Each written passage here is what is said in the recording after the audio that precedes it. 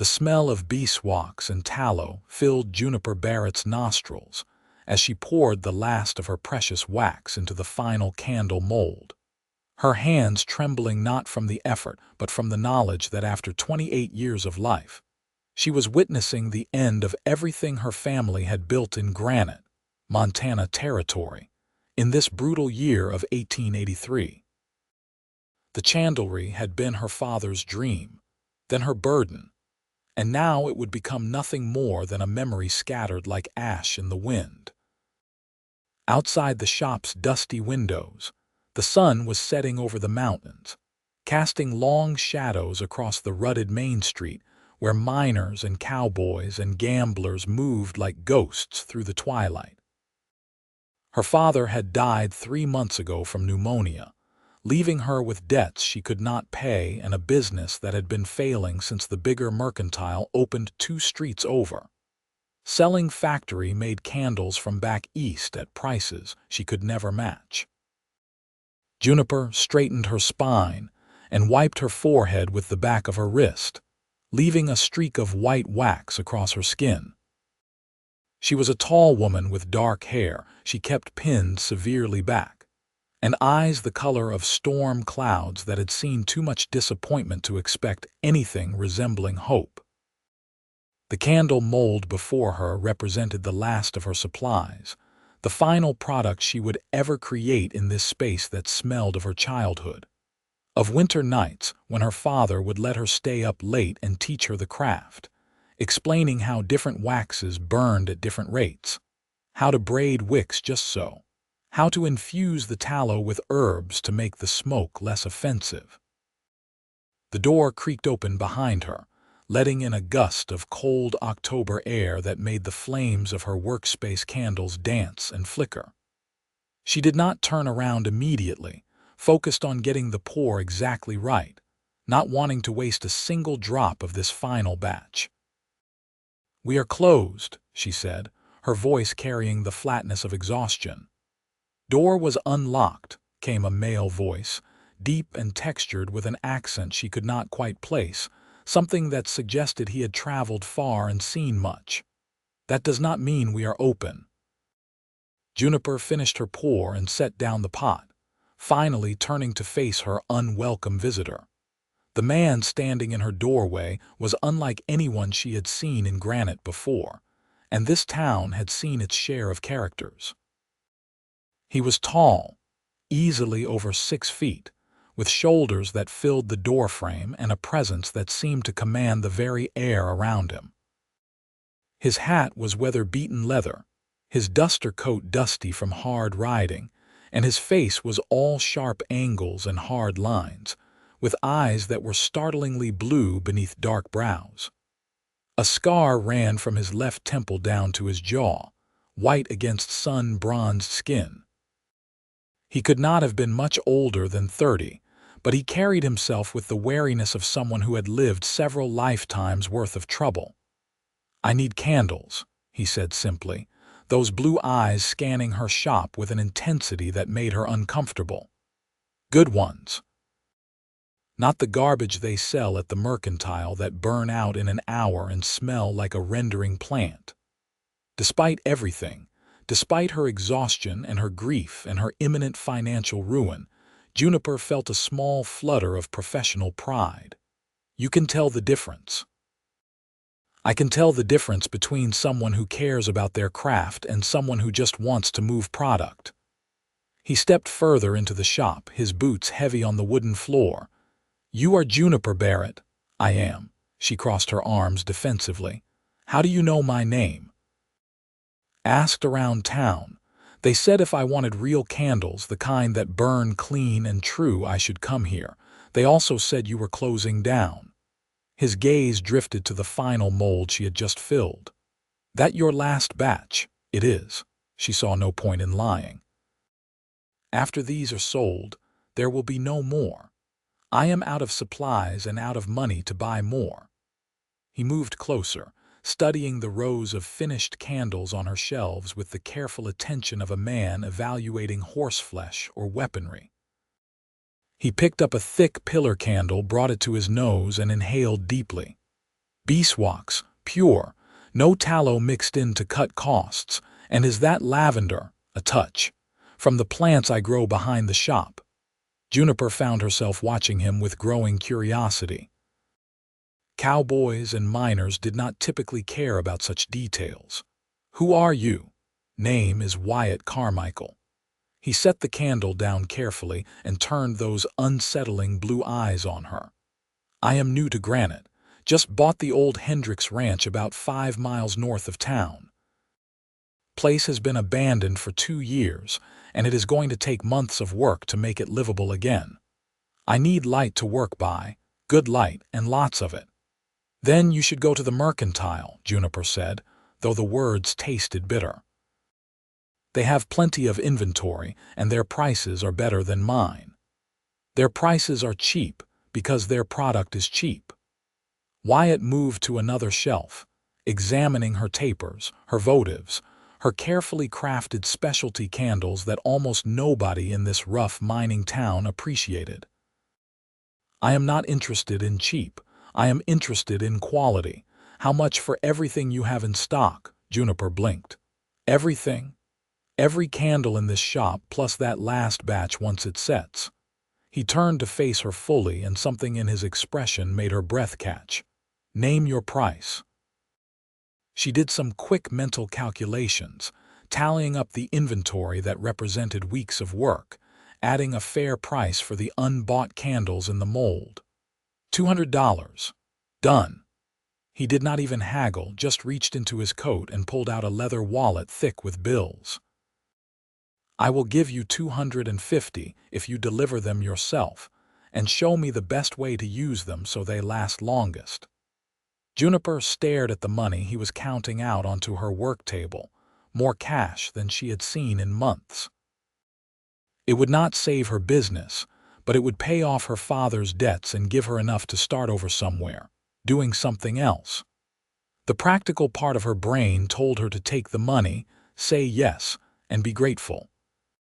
But another part, the part that sounded like her father's voice, whispered that something about this situation did not make sense. Why? She asked. No ranch, no matter how big, needs that many candles, and why pay extra for delivery when you could haul them yourself? Wyatt's scarred face softened slightly, something that might have been respect flickering in those blue eyes. You are right to be suspicious. Suspicious is smart in a place like this. Truth is, I have money but no sense of how to make a proper home. Been a drifter for too many years, sleeping under stars and in bunkhouses. I am tired of that life. Tired of moving. I want to put down roots, make something that lasts, but I do not know how. When I saw your shop, saw the care you put into your work, I thought maybe you could teach me something about that. About making things that matter. It was perhaps the most honest thing anyone had said to her in months, and Juniper found her defenses crumbling despite her better judgment. She looked at the money on the table, then at the man who had put it there, then at her shop that would soon belong to someone else no matter what she did. I will bring them tomorrow, she said quietly, but I keep the molds and my tools. Those were my father's and they are not for sale. Understood. Wyatt pushed the money toward her. Afternoon work for you, around 2 o'clock. That will be fine. She took the bills with hands that wanted to shake but would not let themselves, not in front of this stranger. The Hendricks place, you said. I know where that is. Obliged. He tipped his hat to her, a gesture that seemed to belong to a different era, a more genteel time. Miss Barrett, I have a feeling this is the start of something good. Then he was gone, the door closing behind him with a soft click, leaving Juniper alone with her final batch of candles, a pile of money that felt like a reprieve from execution, and more questions than answers. She stayed up late that night, unable to sleep, carefully unmolding her last candles and wrapping each one in brown paper. The work was soothing, meditative, her hands moving through familiar motions while her mind churned with thoughts of Wyatt Carmichael and his scarred face and his strange request. She knew she should be wary. Men did not typically seek out women alone for innocent reasons, and a man with money and a ranch could have his pick of companions. But something in his voice when he talked about wanting to put down roots had resonated with her own deep loneliness, her own exhaustion with a life that felt like constant struggle with no reward. By dawn, she had everything packed and ready. The shopkeeper 2 doors down agreed to loan her his cart and horse for a small fee, and by 1:30 she was loading the last of her inventory, her entire professional legacy, into the wooden bed. The autumn sun was warm on her face as she guided the horse north out of Granite, following the dusty road that wound through stands of pine and aspen. The mountains rose around her like ancient sentinels, their peaks already dusted with early snow that would soon bury the valleys below. The Hendricks Ranch appeared around a bend, and Juniper pulled the horse to a stop, taking in the sight with a mixture of pity and possibility. The main house was a large structure that must have been impressive once, but years of neglect had taken their toll. Shutters hung crooked, the porch sagged dangerously on one side, and weeds had overtaken what might have been a garden. The barn was in similar disrepair, its red paint faded to the color of old blood. But the bones were good. She could see that, and someone with money and determination could restore it to glory. Wyatt emerged from the house as she pulled the cart up to the porch, and in the full light of day she could see details she had missed in the dimness of her shop. His clothes were well-made but worn, his hands scarred and calloused from hard work, and the way he moved suggested a man accustomed to violence but trying to leave it behind. He was handsome in a harsh way, like the landscape itself, all rough edges and hidden depths. "You came," he said, and she heard genuine relief in his voice, as if he had expected her to take the money and disappear. "I gave my word." Juniper climbed down from the cart, brushing dust from her dark blue dress. "Where do you want these?" "Inside, if you do not mind." "I have been clearing out the main room, trying to make it livable." He moved to the cart and began lifting boxes with an easy strength that spoke of a lifetime of physical labor. "Watch your step on the porch. Some of those boards are rotted through." She followed him carefully, noting which planks he avoided, and stepped into the interior of the house. What she saw made her pause. The main room was huge, with high ceilings and large windows that would let in abundant light once they were cleaned. Someone had built this house with love and attention, with details like carved crown molding and a massive stone fireplace that dominated one wall. Wyatt had been busy. The floor was swept clean, the windows opened to air out years of mustiness, and basic furniture had been arranged with a surprising eye for comfort. "It was a beautiful home once," she said softly. "It will be again." Wyatt set down his box and turned to her. "The man who built it, Silas Hendricks, he had a wife and 3 daughters. The wife died in childbirth with the 4th baby, and Silas just gave up, moved back east with the girls and left all this behind, been sitting empty ever since. That is heartbreaking. It is." He moved back outside for another load. "But maybe it can have a happier ending this time around." They worked in comfortable silence, unloading the cart and arranging the candles throughout the house. Juniper found herself making suggestions about placement, explaining how certain rooms would benefit from more light, showing him how to trim wicks properly to prevent smoking and extend burn time. Wyatt listened with intense focus, asking intelligent questions, and she realized he genuinely cared about learning. When the cart was empty, he insisted she stay for coffee, which he made in a battered pot over the fire he had built in the great fireplace. It was strong and bitter, Cowboy coffee made the old way, and it tasted better than anything she had drunk in months. "Can I ask you something?" She cradled the tin cup between her hands, feeling the warmth seep into her fingers. They were sitting on the porch despite its disrepair, looking out over the overgrown land toward the mountains beyond. "You can ask. I might not answer, but you can ask. What happened to you? Before you came here, I mean. That scar on your face did not come from ranching." Wyatt was quiet for a long moment, his blue eyes distant. "I was a lawman once. Marshal in a town in Kansas, keeping order in a place that did not want to be kept. Got between a man and the woman he was beating, and he took exception to my interference. He had a knife. I survived. He did not. After that, I could not seem to stop moving, could not settle. The violence followed me everywhere, or maybe I brought it with me. Either way, I got tired of death and blood and never having a place that felt like home. So you came to Montana." "I came to Montana." He took a long drink of his coffee. "Heard the territory was still wild but had potential for a man willing to work. Saw this place and thought maybe it was a sign. A house that had known love and lost it, waiting for someone to bring it back to life. Dramatic, I know, but when you have been living like I have, you start believing in signs." Juniper understood that more than she wanted to admit. "My father used to say that candles were about hope, light in darkness. He believed that making them was almost holy work, bringing illumination to people's lives in a literal and spiritual sense. I thought it was sentimental nonsense when I was younger, but now I think maybe he was onto something. Your father sounds like a wise man. He was." She blinked against the sudden sting of tears. "He also was not a very good businessman, which is why I am out of business and selling my final inventory to a stranger." "What will you do now?"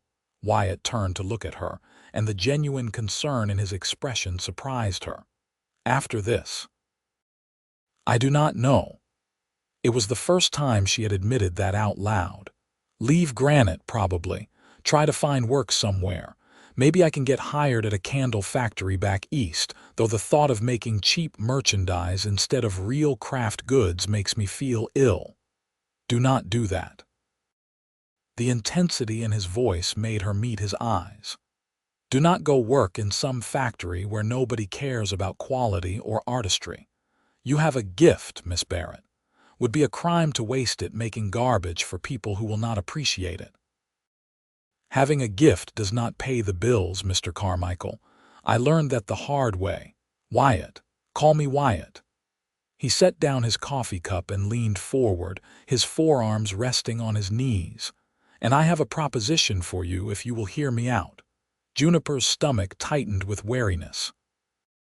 "What kind of proposition?" "The business kind. Nothing improper." He said it quickly, as if sensing her concern. "This ranch is big. Got good land, water rights, and enough space to run cattle and grow crops.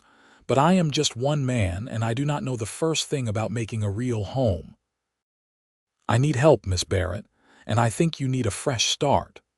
What if you stayed on here, kept making your candles, maybe taught me a thing or two about building a life that matters? I have a small cabin out back, used to be for the foreman, that is much more sound than the main house. You could live there, keep your independence, and we could help each other out." She stared at him, trying to determine if this was some elaborate seduction attempt or if he was genuinely offering her a lifeline. "Why would you do that? You do not even know me." "I know you care about quality. I know you keep your word, because you brought these candles like you promised, even though you probably think I am crazy. And I know you are alone in the world, same as me, trying to figure out what comes next." He met her eyes steadily. "I am not asking for anything untoward, Miss Barrett. I am asking for a partnership. You make your candles, teach me how to build a proper home, and in exchange you get room and board and can keep whatever money you make from your craft. If it does not work out, you leave, no hard feelings. But I think it could be good for both of us." It was insane. She barely knew this man. He was a stranger with a violent past and a half-ruined ranch in the middle of nowhere. Every sensible instinct she possessed told her to politely decline, take her money, and head east where there was civilization and opportunity. But she was tired of Sensible.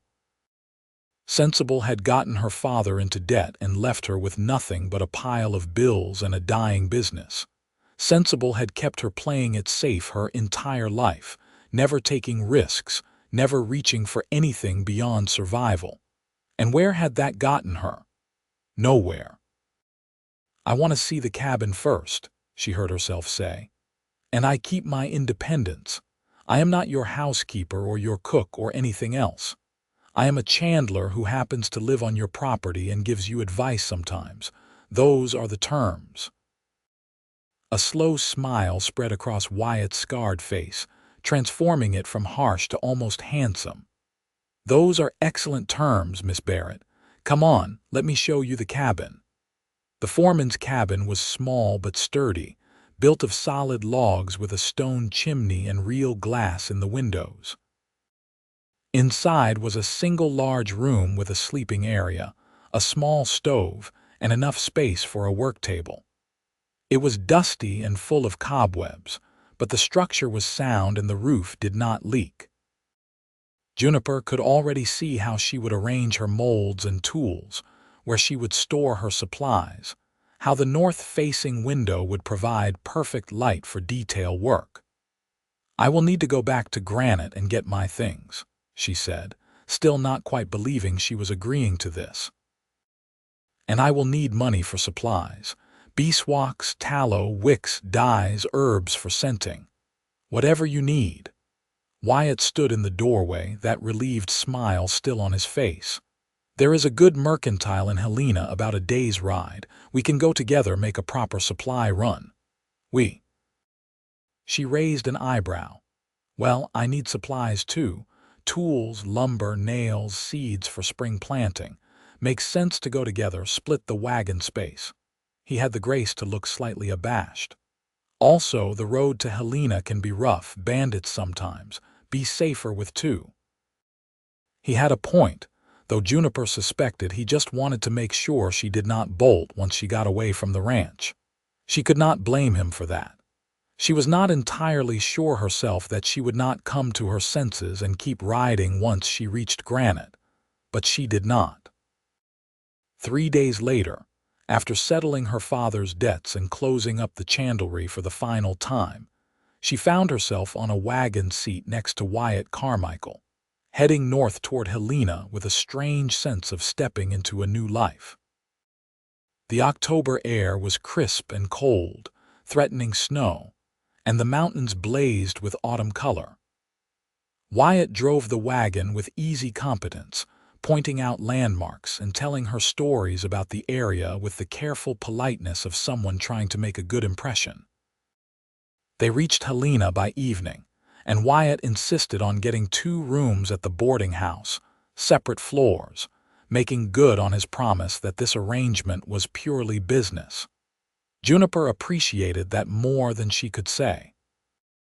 She had been braced for some attempt at seduction, some moment when she would have to defend her honor and probably end up back in Granite with nothing.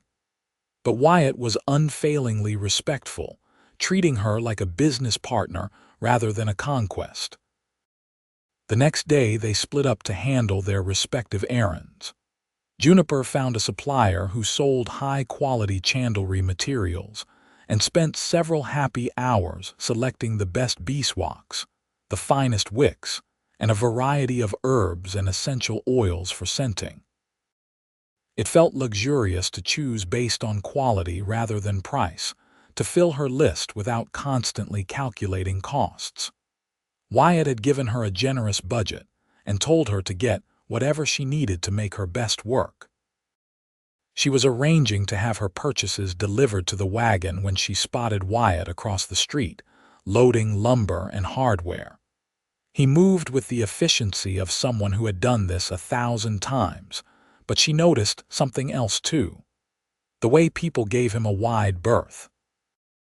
The way the shopkeeper took his money quickly and did not meet his eyes. The way women pulled their children closer when he passed. They knew him here, or knew of him. Knew about his past as a lawman, perhaps, or whatever violence had marked him before. It made her realize how much she was trusting a man she barely knew, how vulnerable she was making herself. But then she remembered the way he had talked about wanting to build something that mattered, the careful respect he had shown her, and she pushed her fears aside. Sometimes you had to take a leap and trust that you would not fall. That night over dinner at the boarding house, she asked him about it. People here know you. I saw how they reacted. Wyatt's jaw tightened, but he did not deny it. I was marshal in Helena for 6 months, couple years back. Had to put down a gang that was terrorizing the Chinese miners, claiming they were taking jobs from white men. Got ugly. People remember things like that. Remember me as the man who shot Americans to defend foreigners. Never mind that those Americans were murderers and thieves. You did the right thing. She said it firmly, believing it. I did. Does not mean people have to like me for it. He pushed his food around his plate. Why I prefer the isolation of the ranch, to be honest. Out there, the only opinion that matters is yours, and you seem willing to give me a chance. I am not sure why, Juniper admitted. My father would have said I was being reckless, but then he was not exactly a model of good decision-making himself. Maybe we are both just tired of playing it safe. Wyatt met her eyes across the table. Maybe that is what we have in common. We have been careful our whole lives and it has gotten us nowhere. Time to try something different. They returned to the ranch the next day, and Juniper threw herself into setting up her new workshop with enthusiasm that surprised her. Within a week, she had the cabin organized exactly how she wanted it, with her molds arranged by size, her supplies stored carefully, and her tools hanging in easy reach. She started a new batch of candles, luxuriating in the quality of her materials, and the familiar work settled her nerves. Wyatt was equally busy with the ranch, spending dawn to dusk repairing fences, patching the barn, and working on the main house. Juniper would hear him hammering and sawing from early morning until well after dark, pausing only for quick meals that he ate standing up. She started bringing him coffee mid-morning and mid-afternoon, and he would stop work long enough to drink it, updating her on his progress and asking her opinion on various decisions. Should I replace the porch entirely or try to save some of it? He asked one cold morning, his breath fogging in the air. Replace it. She handed him the steaming cup. You are building something that will last. Do not cut corners now and regret it later. Wise advice. He took a long drink. How are the candles coming? I finished a batch of tapers yesterday. Want to see? His face lit up with genuine interest, and they walked together to her cabin where she showed him the rows of perfect ivory-colored tapers cooling on her work table. She had scented them lightly with rosemary, and the clean herbal smell filled the small space. Wyatt picked one up with surprising gentleness, examining it with the same care he had shown in her shop. These are beautiful. You should sell them. To who? There are maybe 30 people in Granite who would appreciate them, and I already sold to most of them. Helena, Virginia City. There are wealthy mining families all over Montana who would pay good money for quality goods. You just need to get your product in front of them. He set the taper down carefully. I could help with that. I know people, have contacts from my lawman days.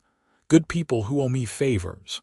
It was a generous offer, and Juniper felt something shift inside her chest, something that might have been the beginning of trust or something more dangerous.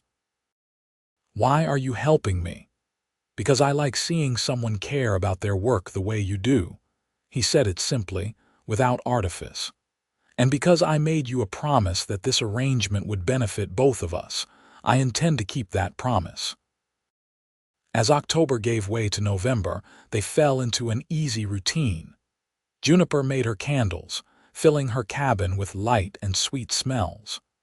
Wyatt worked on the ranch, slowly bringing the property back from the edge of ruin. They took meals together sometimes, talking about everything and nothing, learning each other's stories and secrets. She discovered he had grown up in Texas, son of a horse trader, and had drifted north after his father's death. He learned she had never left Montana, never been more than 50 miles from Granite, and harbored a secret dream of seeing the ocean someday. The first snow came in mid-November, a heavy storm that blanketed the ranch in white and forced them both to stay close to their respective buildings. Wyatt had finished enough of the main house to move into it properly, installing a new stove and making one bedroom livable. Juniper worried about him during the storm, watching from her cabin window as the snow piled higher and higher, until she could not stand it anymore and bundled up to check on him. She found him in the main house, surrounded by candlelight, reading a book by the fire. He looked up in surprise when she knocked and entered. "Miss Barrett, is everything all right? I wanted to make sure you had not frozen to death." She stomped snow off her boots. "This storm is worse than I expected. I am fine. Got plenty of firewood and supplies." He gestured to the chair across from him. "But I am glad for the company if you want to stay a while." She did, settling into the worn leather chair and accepting the blanket he offered. They talked for hours while the storm raged outside, their conversation ranging from the practical to the philosophical. She learned he loved poetry, especially Whitman, and had a dry sense of humor that caught her off guard and made her laugh. He learned she could speak passable German, taught by her immigrant grandmother, and had a talent for drawing that she rarely indulged. "Why not?" he asked when she mentioned it dismissively. "Drawing, I mean. Why do you not do it more?" "Same reason I almost stopped making candles. It feels indulgent when there is work to be done, money to be made. Art for art's sake is a luxury most people cannot afford." "That is the most depressing thing I have ever heard." Wyatt leaned forward, his blue eyes intense in the firelight. "Juniper, we are not put on this earth just to work ourselves to death and pay bills. We are supposed to create things, beautiful things that have no purpose except to exist. Your candles are art. If you can draw too, you should do that. Life is too short and too hard not to grab whatever beauty you can." It was the first time he had used her given name, and hearing it from his lips sent a small shiver through her that had nothing to do with the cold. "You really believe that?" "I really do. I have seen too many people die, Juniper, good people who never got to do the things they loved because they were too busy being practical. I am done with that. This ranch, this whole experiment, it is about building a life that means something beyond just survival. I want you to be part of that. Not just as a Chandler, but as a person who creates beauty in all its forms." The intensity of his words, the way he looked at her like she mattered, like her dreams were important, it broke something open inside her. She found herself telling him things she had never told anyone, about the loneliness of watching her father decline, about the fear that she would never be more than a failed shopkeeper in a forgotten town, about the deep-bone, tired exhaustion of trying to be strong all the time. He listened without judgment, without trying to fix things, just present and attentive in a way that made her feel truly seen for the first time in years. When she finally ran out of words, he stood and retrieved something from a shelf, a bottle of whiskey and 2 glasses. "This is not really proper," he said, pouring them each a measure, "but I think we are past worrying about proper, are we not?" She accepted the glass and took a sip, feeling the burn all the way down. They toasted to new beginnings, to taking chances, to building lives that mattered. The storm continued outside, but inside the half-ruined ranch house, with candlelight flickering and whiskey warming her blood, Juniper felt safer and more hopeful than she had in years. She did not return to her cabin that night.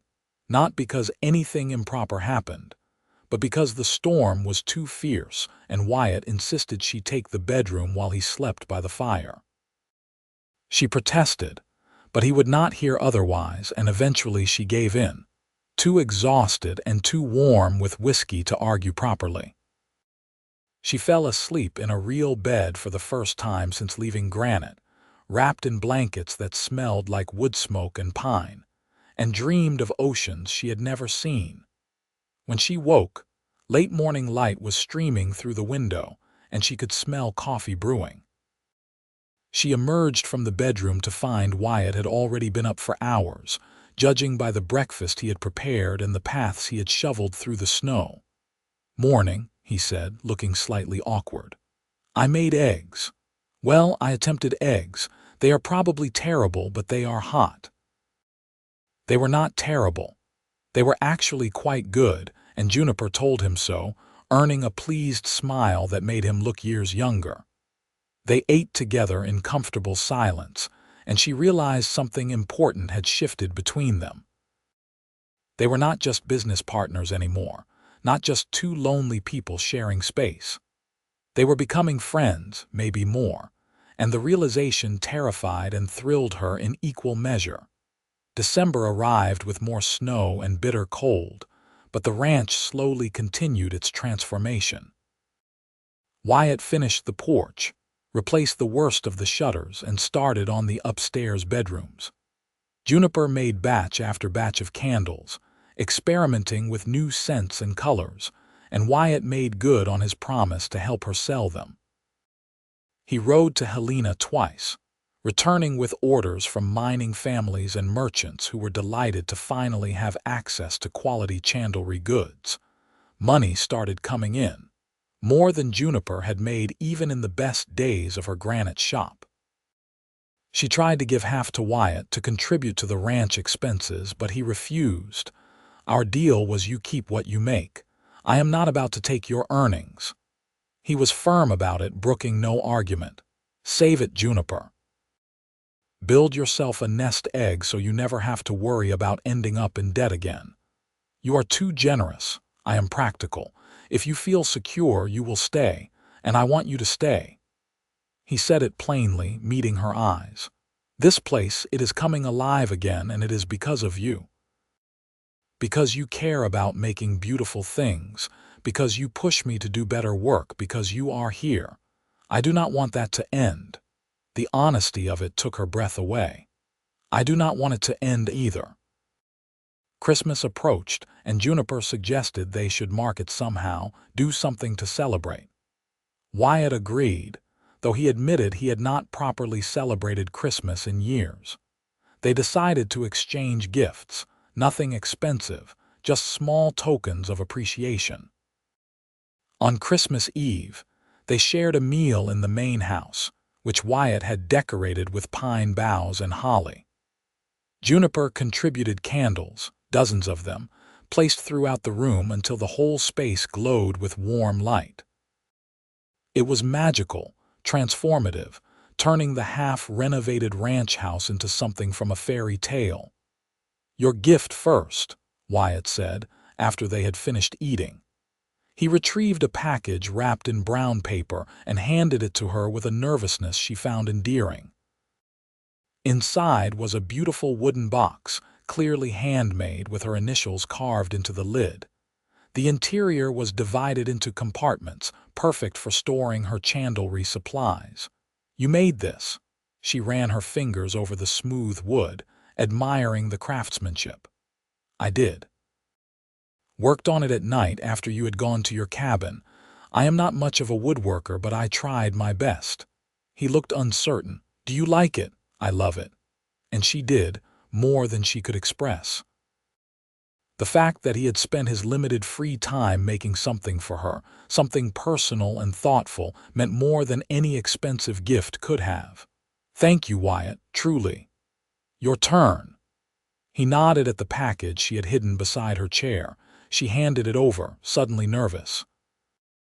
Her gift was less practical, more personal, and she worried it was too intimate. But it was too late now. Wyatt unwrapped it carefully, revealing a large pillar candle unlike any she had made before.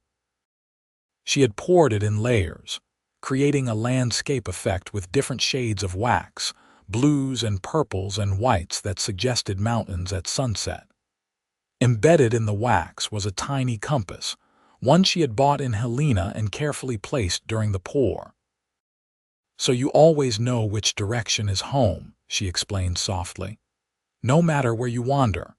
He stared at it for a long moment, and when he finally looked up, his blue eyes were bright with emotion. "Juniper, this is the most thoughtful gift anyone has ever given me. I wanted you to have something that meant something." She felt her cheeks heat. "You said you spent years drifting, never having a home. Now you do. I wanted you to remember that. I will never forget." He set the candle down carefully and moved closer, taking her hand in his. "Juniper, I need to tell you something, and I am going to make a mess of it, but bear with me." Her heart started pounding. "All right. I brought you here under the pretense of business, of needing help making this ranch into a home. That was true, but it was not the whole truth." He took a deep breath. "When I saw you in your shop that day, pouring your last candle, so focused and so sad, something in me just knew you were important. Knew I needed you in my life, not just as a chandler or a business partner, but as a person. I have been half in love with you since that first moment, and these past months have only made it worse. Better, both," he laughed shakily. "I am making a mess of this." "No," Juniper squeezed his hand, her voice barely a whisper. "No, you are doing fine. I am not asking you to return my feelings. I know this is complicated, know we have an arrangement that works. But I could not let another day pass without being honest. You light up this place, Juniper, and not just with your candles. You light up my life. You make me want to be a better man, build a better home, create something worth having. When you asked me to light your life that first day by buying your candles, I never imagined you would end up lighting mine in return." She was crying, she realized, tears streaming down her face, but they were not sad tears. They were the release of months of tension, of fear, of wondering if she was foolish to feel what she was feeling. Because she did feel it, had been feeling it for weeks now, maybe longer. The way her heart lifted when she saw him working on the ranch. The way she found excuses to bring him coffee, to check on his progress, to be near him. The way she felt safe and valued and seen in a way she never had before. "Wyatt," she said, and her voice broke on his name.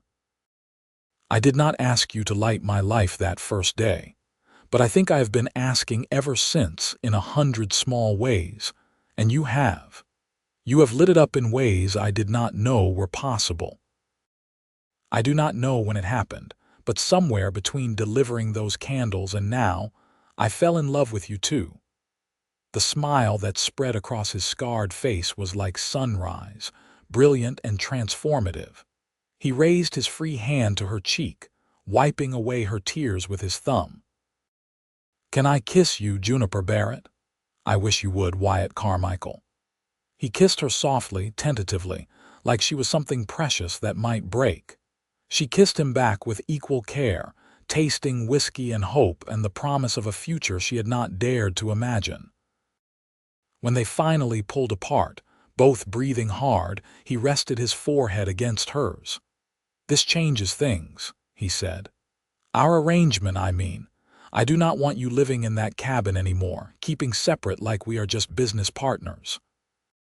I want you here in this house, building this life with me properly, but only if that is what you want too." "It is." She did not hesitate. "It is what I want. You are what I want."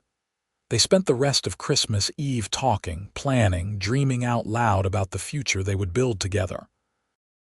Wyatt wanted to run cattle and horses, maybe start a breeding program for quality stock. Juniper wanted to expand her chandlery business, maybe hire help eventually, teach others her craft. Together, they wanted to make the ranch into something special, a place of beauty and purpose and love. As the candles burned low and the fire crackled in the hearth, Wyatt pulled her close and said, "I want to marry you, Juniper. Not right away, not until you are ready, but I want you to know my intentions are serious, honorable. I want to build this life with you as my wife. Yes." She said it without hesitation, without doubt. "Yes, I will marry you, whenever you want, however you want. Yes." He kissed her again, deeper this time, and she felt the last of her defenses crumble. This man, this scarred former lawman with his half-ruined ranch and his careful hands, he was her future. She knew it with a certainty that went beyond logic, beyond reason. They were meant to find each other, meant to build something beautiful together from the ruins of their separate pasts. They married in January, a quiet ceremony in Granite with the preacher and 2 witnesses pulled from the street. Juniper wore a simple dress of deep green wool, and Wyatt wore his best suit, brushed clean of dust and trail dirt. They spoke their vows in clear voices, promising to love and cherish, to build and grow together, for as long as they both lived. When the preacher pronounced them husband and wife, Wyatt kissed her like she was air and he had been drowning, and Juniper felt herself falling into a future brighter than any candle she had ever made. The winter passed in a blur of happiness and hard work. Juniper moved her workshop into one of the outbuildings, creating a proper chandlery with space for larger production. Wyatt continued renovating the house, and Juniper helped him choose colors and fabrics, turning the empty rooms into spaces filled with warmth and light. They worked during the day and spent their evenings by the fire, talking or reading or simply being together, learning the rhythms and patterns of married life. Spring arrived with a rush of snowmelt and wildflowers, and Wyatt started his cattle operation with a small herd purchased from a rancher in Helena. Juniper's business continued to grow, her candles becoming sought after throughout the territory. She hired a young woman from Granite, a widow named Sarah who needed work, and taught her the basics of chandlery. It felt good to pass on her father's craft, to keep the knowledge alive. By summer, the ranch was unrecognizable from the abandoned property Wyatt had purchased less than a year before.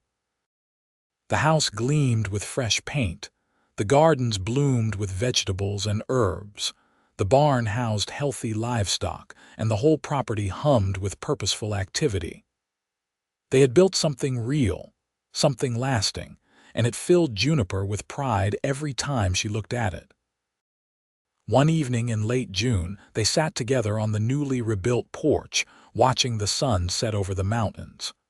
Wyatt had his arm around her shoulders and Juniper leaned into his warmth, feeling completely content.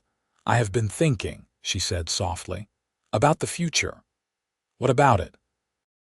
He pressed a kiss to her temple. "I want children. Not right away, but eventually. I want to fill this house with family, with love. I want to teach them about making beautiful things, about building lives that matter. I want to give them what my father gave me, but better, because they will have 2 parents who love each other and love them." She turned to look at him. "What do you think about that?" His eyes were suspiciously bright. "I think that sounds perfect. I think you will be an amazing mother. And I promise you, Juniper, any children we have will grow up knowing they are loved, knowing they are valued, knowing they can be whatever they want to be." "Good." She smiled and snuggled closer, "because I think we might get started on that sooner than planned." It took him a moment to understand, and then his whole face lit up. "You are pregnant?" "I am." She had known for a few weeks, but had been waiting for the right moment to tell him. "I saw the doctor in Helena last week when I went to deliver candles. He confirmed it. We are going to have a baby, Wyatt, sometime in late December if his calculations are right." He pulled her into his arms, holding her so tightly she could barely breathe, and she felt his tears wet on her hair. "Thank you," he whispered. "Thank you for choosing me, for choosing this life, for giving me more than I ever dreamed of having." "We chose each other," she corrected gently. You walked into my shop when I was at my lowest, when I was pouring my last candle and thinking my life was over. You lit that candle and asked me to light your life in return. We have been lighting each other's way ever since. The baby arrived on a cold December night, 3 days after Christmas. The labor was long and hard, but Juniper had the doctor from Helena and a midwife from Granite, and Wyatt paced outside the bedroom like a caged animal until they finally called him in. He came to her side, taking her hand, his face pale with worry. "You did it," he said hoarsely, staring at the tiny bundle the midwife was cleaning. "Juniper, you did it. We did it." She was exhausted but exhilarated, riding a wave of emotion she could not name. "Is the baby healthy, perfectly healthy?" the doctor assured her. "You have a son, Mrs. Carmichael. A big, strong boy. A son." Juniper watched as the midwife wrapped their baby in soft blankets and brought him to her. He was red-faced and wrinkled, with a shock of dark hair and eyes that would probably turn blue like his father's. He was the most beautiful thing she had ever seen. "Hello, little one," she whispered, touching his tiny hand. He gripped her finger with surprising strength, and she felt her heart expand to make room for this new, fierce love. "Welcome to the world." Wyatt was openly crying now, no longer trying to hide it as he gazed at his son with wonder. "He is perfect, Juniper, he is perfect. What should we name him?" They had discussed names but had not decided anything definite, wanting to meet the baby first. Now, looking at her son's tiny face, Juniper knew exactly what to call him. "Samuel," she said, "after my father." "Samuel Carmichael, if that sounds right to you." "It sounds perfect." Wyatt leaned down and kissed her forehead, then very gently kissed their son's head. "Welcome home, Samuel. We have been waiting for you." The months that followed were a blur of sleepless nights and overwhelming joy. Samuel was a good baby, healthy and strong, and Wyatt threw himself into fatherhood with the same intensity he brought to everything else. Juniper watched him rock their son to sleep, singing old cowboy songs in his rough voice, and fell in love with him all over again. Sarah, her assistant, proved invaluable, helping with both the chandlery and the baby so Juniper could slowly return to work. The business continued to thrive, with orders coming from as far away as California. Wyatt's ranch was equally successful, his cattle herd growing, and his reputation as a fair dealer spreading throughout Montana territory. Years passed in a rush of happiness and hard work.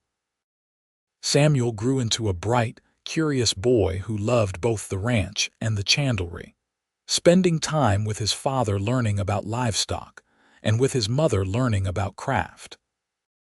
When he was 3, Juniper gave birth to twin girls, Rose and Lily, who had their mother's dark hair and their father's blue eyes.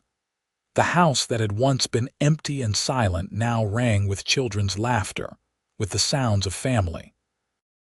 Wyatt renovated the upstairs fully, creating bedrooms for each child and a master bedroom for him and Juniper that was filled with light and her special candles.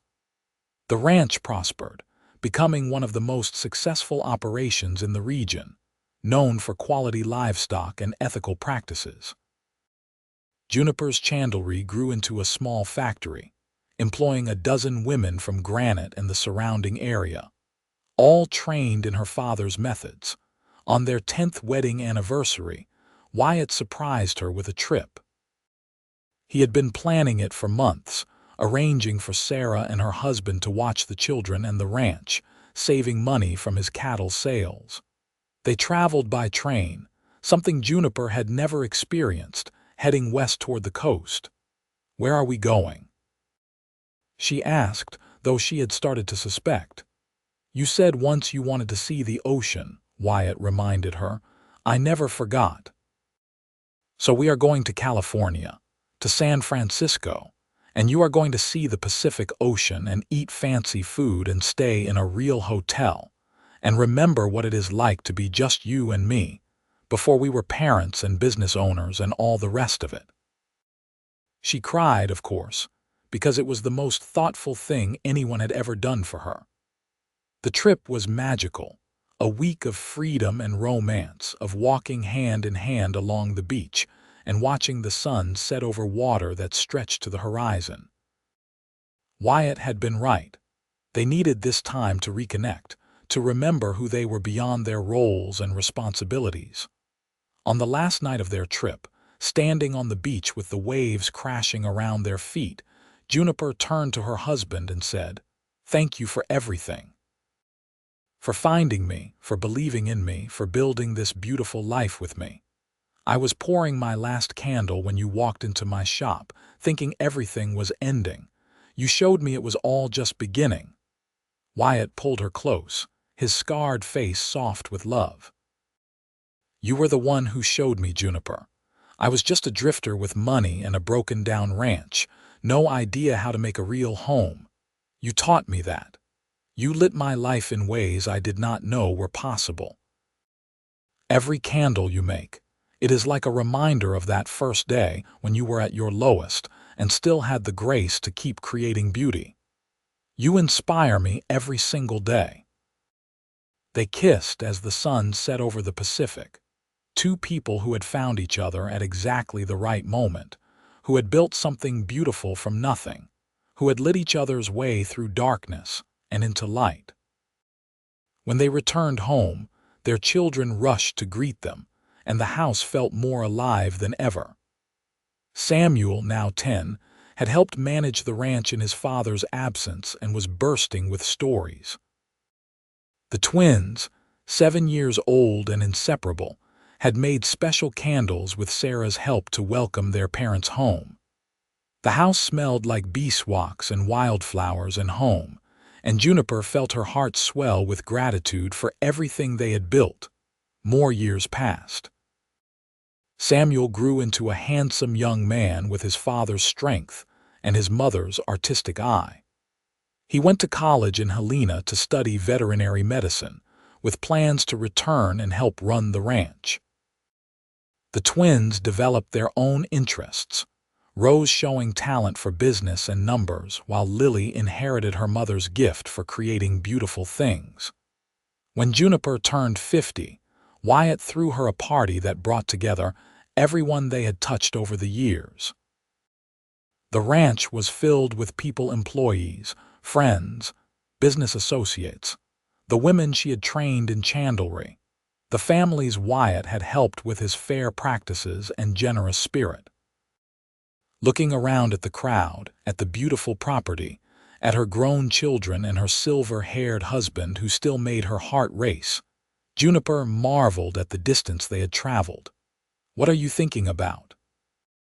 Wyatt asked, coming to stand beside her on the porch where they had shared so many evenings. "That first day," she admitted, "when I was pouring what I thought would be my last candle, completely out of hope. If someone had told me then that this would be my life, I would never have believed them. I knew." Wyatt took her hand, their fingers intertwining with the ease of decades of practice. "The moment I saw you, so focused on your work despite everything falling apart around you, I knew you were special. I knew you were exactly what I needed, what my life was missing.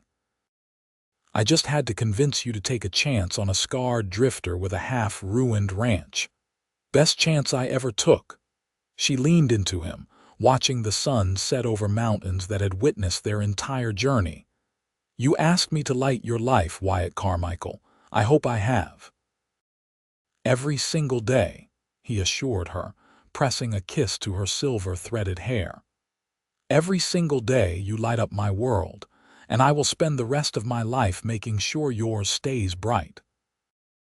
As the party continued around them and their children laughed with their friends, and the candles Juniper had made burned in every window of the house they had rebuilt together, she knew with absolute certainty that they had succeeded. They had taken 2 broken lives and made them whole. They had turned a dying business and an abandoned ranch into something that would outlast them both. They had created light in darkness, hope from despair, love from loneliness. Years later, when Wyatt passed peacefully in his sleep at the age of 78, Juniper sat beside him and lit a candle. Not just any candle, but one she had made specially years ago, the mate to the one she had given him that first Christmas. It burned with a steady, pure flame, and she watched it through her tears, remembering everything they had built together. Samuel and his wife, along with the twins and their families, gathered around her, offering comfort and support. But Juniper did not need comfort, not really. She had been blessed with 38 years of marriage to a man who had loved her completely, who had seen her at her worst and chosen her anyway, who had built a beautiful life with her. She had children and grandchildren who would carry on their legacy. She had created beauty that would outlast her physical presence. She lived for another 5 years after Wyatt's death, continuing to make candles until her hands were too arthritic to do the detailed work she demanded of herself. She spent her final years teaching her grandchildren about craft and quality, about building lives that mattered, about the importance of creating beauty in a hard world. And when she died, peacefully in her sleep with her children around her, they buried her next to Wyatt on a hill overlooking the ranch they had built together. Above their graves, someone placed a beautiful glass lantern that held one of Juniper's special candles, the kind that burned clean and true for days. It stayed lit year-round, maintained by family members, a beacon of light visible for miles. People passing the ranch at night would see it burning and remember the story of the Chandler who poured her last candle and the cowboy who lit it, who asked her to light his life, and then spent decades making sure hers stayed bright. Their children and grandchildren continued the ranch and the chandlery, building on the foundation Wyatt and Juniper had established. The businesses prospered for generations, always maintaining the values of quality and integrity that had been so important to their founders. And in every house built by their descendants, in every room, there burned candles made with the same care and craft that Juniper had learned from her father and passed down through her family. The story of their love became legend in Montana, told and retold around fires and dinner tables, a tale of two people who found each other at exactly the right moment and built something beautiful together. People spoke of it as proof that even in the darkest times, when you are pouring your last candle and thinking everything is ending, love can walk through the door and show you that everything is actually just beginning.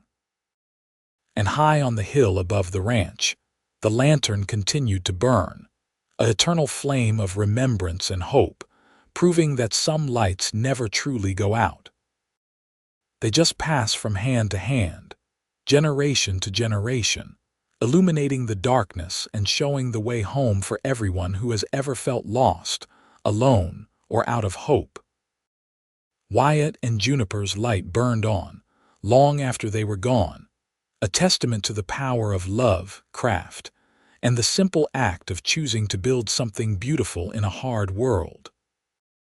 Their great-grandchildren would eventually write a book about them, preserving their story for future generations, ensuring that no one would forget the Chandler and the Cowboy who found each other in 1883 and created a legacy of light that would burn for 100 years and more. And whenever someone in Montana territory lit a quality candle, made with care and attention to craft, they remembered Juniper Barrett Carmichael and Wyatt Carmichael, whose love story had started with a simple question and a guttering flame, and had burned bright enough to light the way for generations to come.